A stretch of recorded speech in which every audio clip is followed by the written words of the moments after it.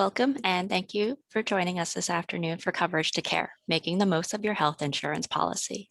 My name is Kathy Chern and I am a consumer health librarian at East Brunswick Public Library.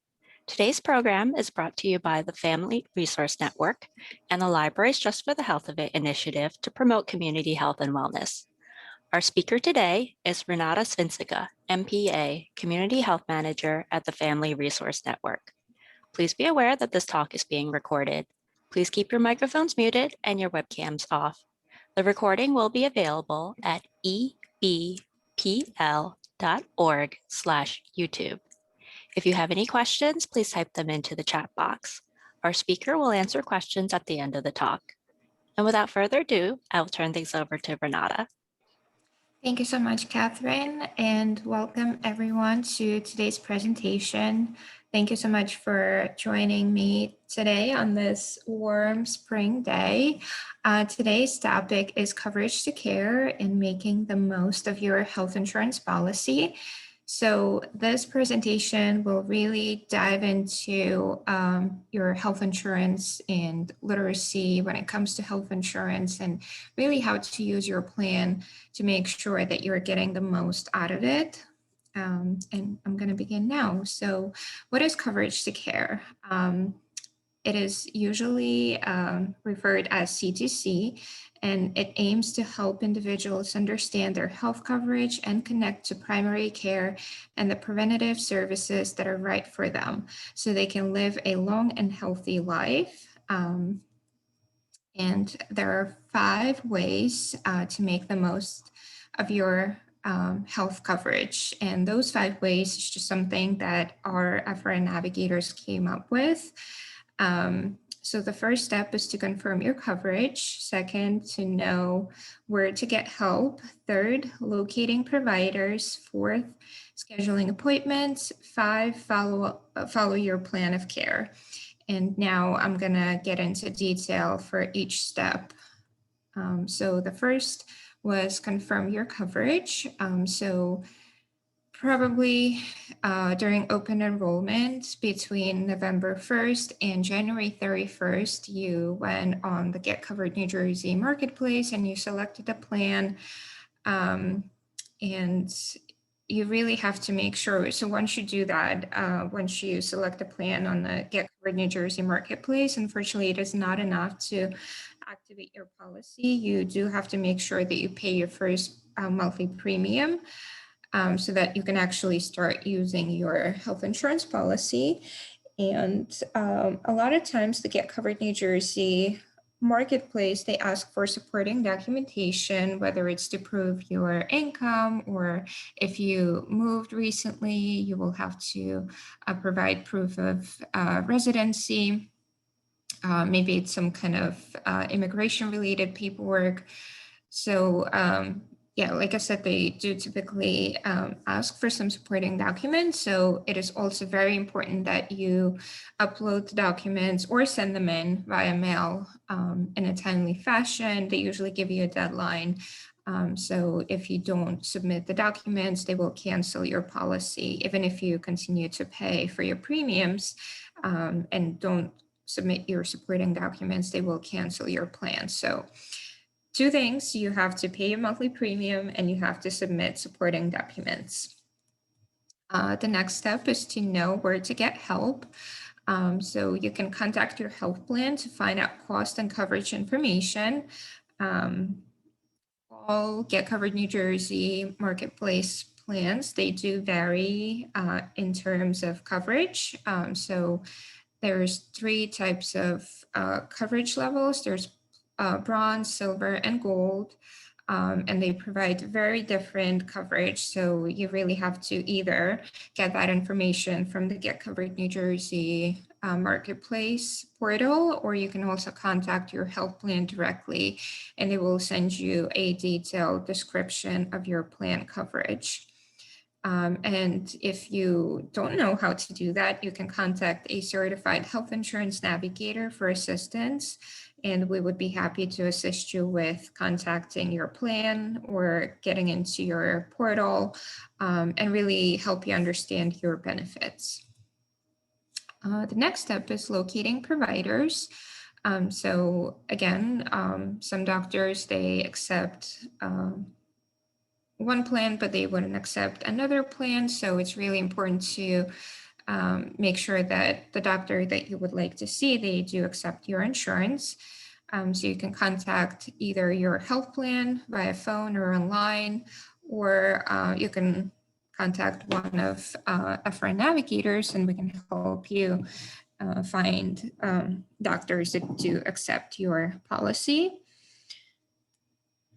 Scheduling appointments. When making an initial appointment, you again have to confirm that they accept your health insurance plan. And when you go for your first preventative appointment, you have to discuss preventative services with your new provider and any outstanding concerns that you have. So the doctor will most likely send you for blood work or some type of screening to kind of cover the preventative side. And then if you have any specific concerns, you can bring it up to your doctor and those will be addressed separately and accordingly. And so once you get those referrals for screenings, you have to schedule those appointments, whether it's blood work, radiology, mammogram, or other screening tests. And based on the test results and the screening results, you will get a plan of care. So your plan of care is going to be based on your visit and test results, and your doctor will write up a plan of care. And we always tell our consumers to make sure that they follow the plan of care as it says. And if you get any scripts for prescriptions that you need to fill, please do that because they do write prescriptions for a reason. And it is most likely necessary to make sure that you get healthier. So roadmap to health. There are 8 steps to better you. Some of the things are going to be similar to the other 5 steps. However, this is going to, again, go into more detail about how you can get to healthier you. So we pulled this visual from the CMS portal, the Center for Medicare and Medicaid. And as you can see, it lists 7 steps, but there will be a 8th bonus step at the end. So it is a little bit hard to read the visual, so I'm gonna start with the next slide, and each step is gonna be discussed separately. So first is put your health first. And the way to do that is to get regular checkups and follow a healthy lifestyle. Not many people know that screenings, a lot of times, many screenings, they come at no cost. So for example, annual blood work or annual checkup, it's free. Then mammograms are also free. And once you go to your doctors and they give you paperwork test results, please keep copies of your medical records. It is usually very helpful, say if you go from your primary doctor to a specialist or you switch doctors, it is nice to have extra copies on hand so that you don't have to go through getting or requesting your medical records. Second, understand your insurance plan, understand your co-payments, deductibles, co-insurance, and maximum out-of-pocket to avoid any surprise bills. And I'm gonna go into each term separately later in this presentation so that you understand what co-payments, deductibles are. But like I mentioned previously, each plan, they do provide different coverage. So say 2 plans that are provided by the same insurance company, they may have different co-payments and maximum out of pocket. So it's really important to look into that when you sign up for health insurance, to make sure that you know what to expect in terms of bills. You also have to understand the difference between in-network, out-of-network, and tier 1, tier 2 providers, and look into your plan to familiarize yourself on what is covered by your health insurance plan. Third, know where to go for help. So for all regular and sick visits, call your primary care provider. If it's routine visits or even sick visits, but something that you can wait a few days to see the doctor, you should really stick with your primary care provider. If, for example, something happens outside of your PCP's regular business hours, you may visit a walk-in clinic to get assistance.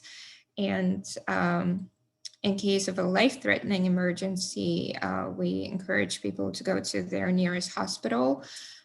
But if it's not really life-threatening, you may stick with a walk-in clinic if you can't see your primary doctor, just so that you kind of save money, because hospitals typically they do charge more if you go to an emergency room.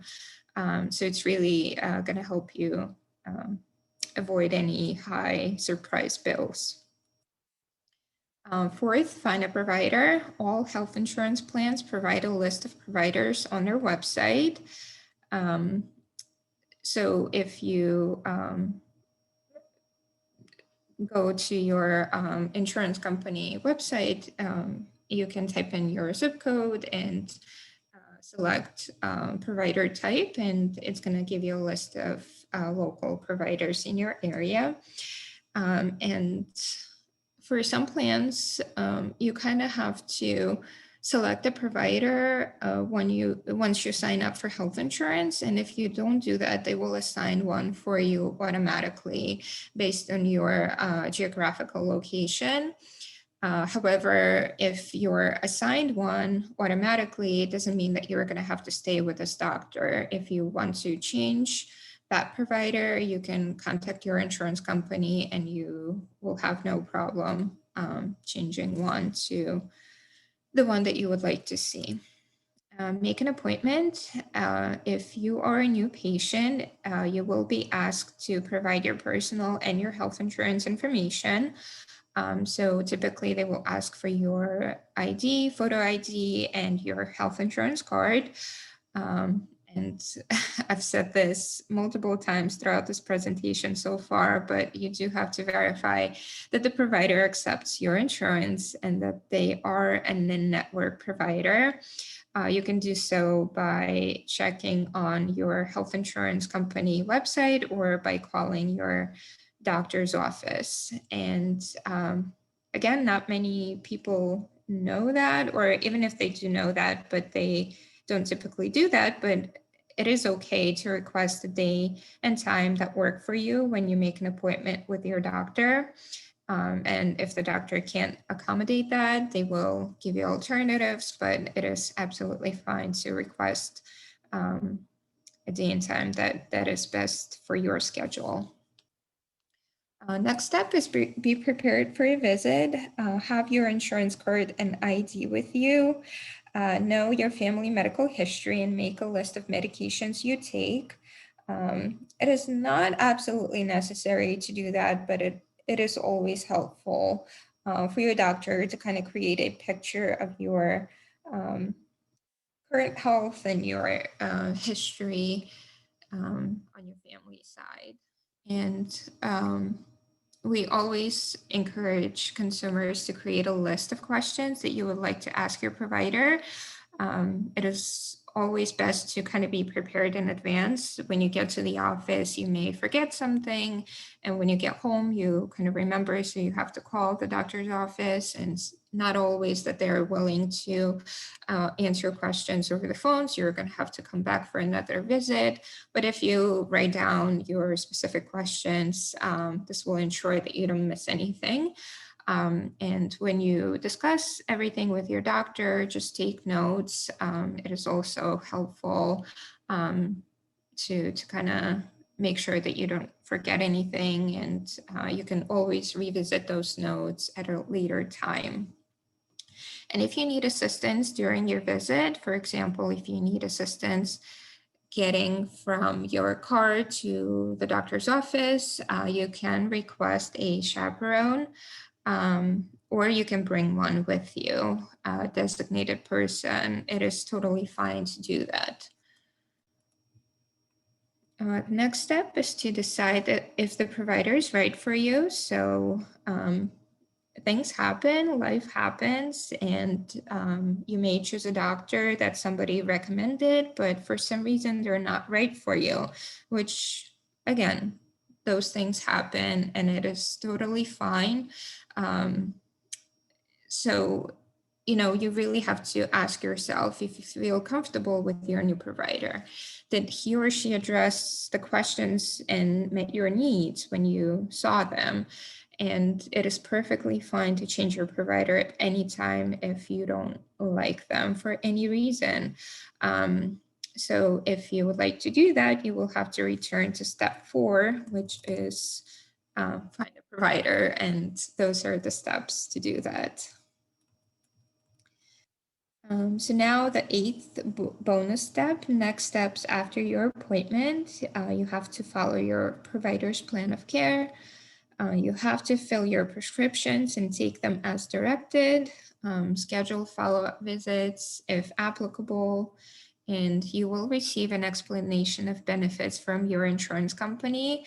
Explanation of benefits, it's a statement that your insurance company is required to provide to you by law, and it will list everything that your doctor or emergency room, hospital, or really anyone you got medical care from.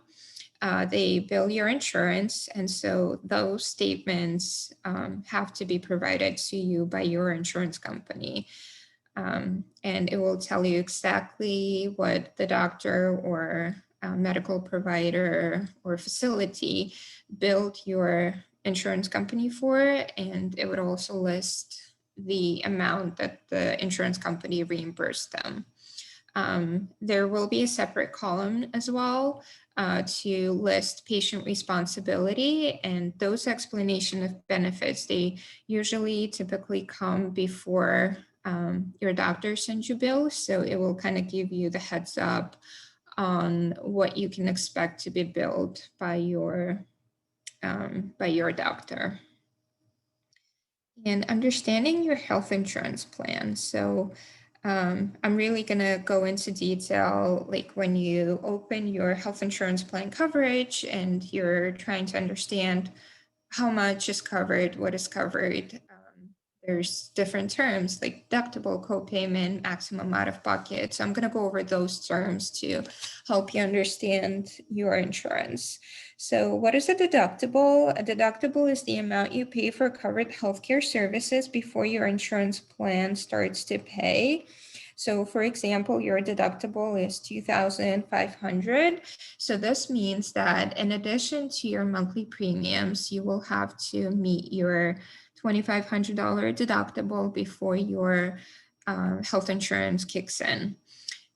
So say you go to a doctor and you go for, as an example, an MRI test and a few other screenings. So if you have not met your deductible, you will be billed for those directly.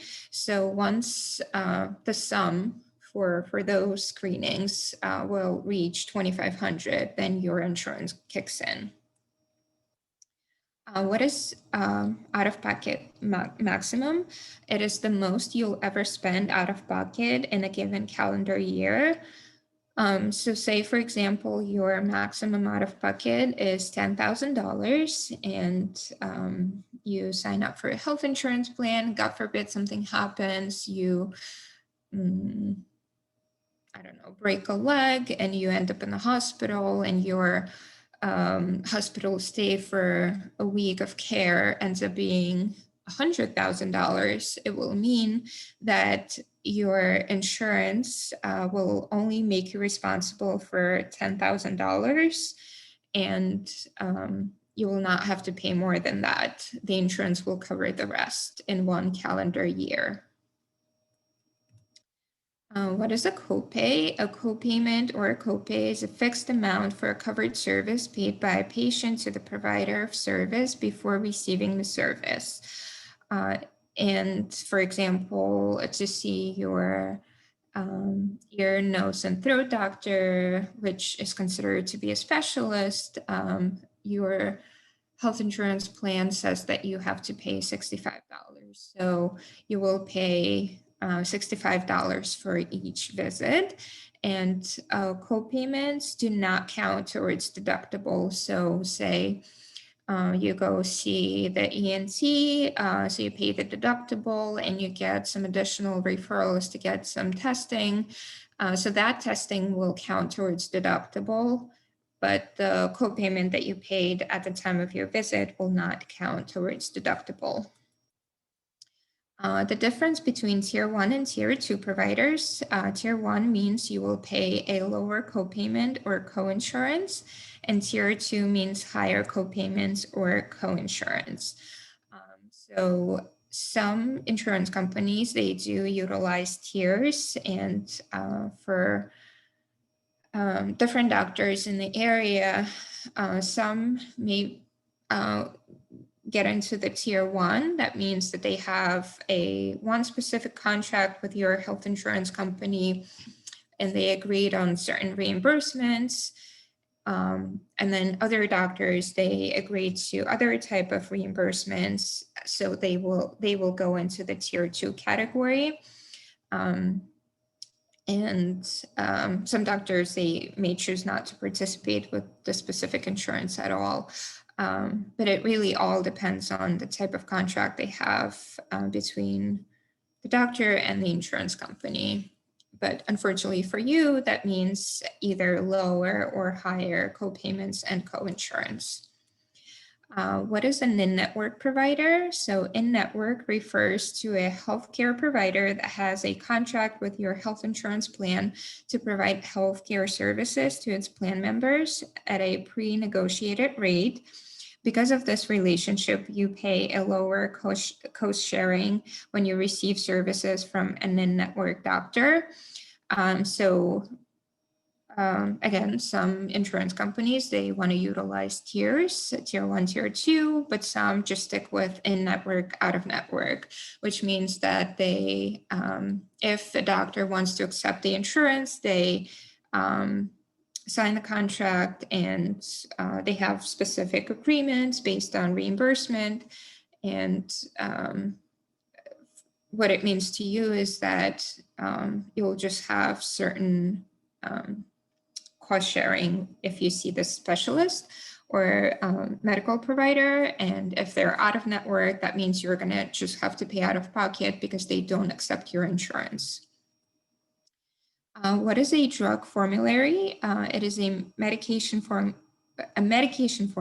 is a list of generic and brand name prescriptions covered by your health plan. So if you have some kind of prescriptions that you absolutely have to take, and if you sign for a new health insurance plan, it is very important to review the formulary because it will give you an explanation of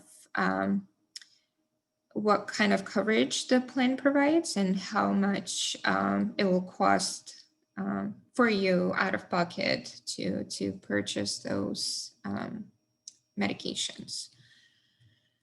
And local help. So I am part of the FRN Navigator program, and FRN Navigators can help you understand your health insurance benefits and really anything related to health insurance. During open enrollment, we help individuals to sign up for insurance, to change plans, answer any questions, file appeals, or upload supporting documents. Outside of open enrollment, we navigate consumers with locating providers, getting their medical bills situated to make sure that they weren't billed incorrectly, which unfortunately happens a lot, and many other things. Our navigators, we speak, well, English, of course, Spanish, Russian, Lithuanian, and more. And our services come at no cost. We're a statewide nonprofit organization, and the specific program is funded by the state of New Jersey. And so this ensures that we do not charge any money for services that we provide when it comes to FRN navigators. And this is our contact information. So there are 3 ways to contact us by phone. The number is 1-800-355-0271. Our email is frnavigator@familyresourcenetwork.org, and our website is www.frnavigator.org. And I just want to mention that due to the COVID-19 pandemic, we are unable to provide any in-person assistance, but we continue to provide virtual assistance, which means that we will connect with you by phone or email, video chat, and we try to accommodate everyone's requests when it comes to time. We provide evening and weekend appointments by request. Thank you, Renata, for taking the time to present on this topic. And then also thank you everyone for joining us for today's talk. So take care and stay safe. Thank you again for joining this presentation. And again, feel free to reach out to me with your specific questions after this presentation. I hope you all have a great day and stay healthy.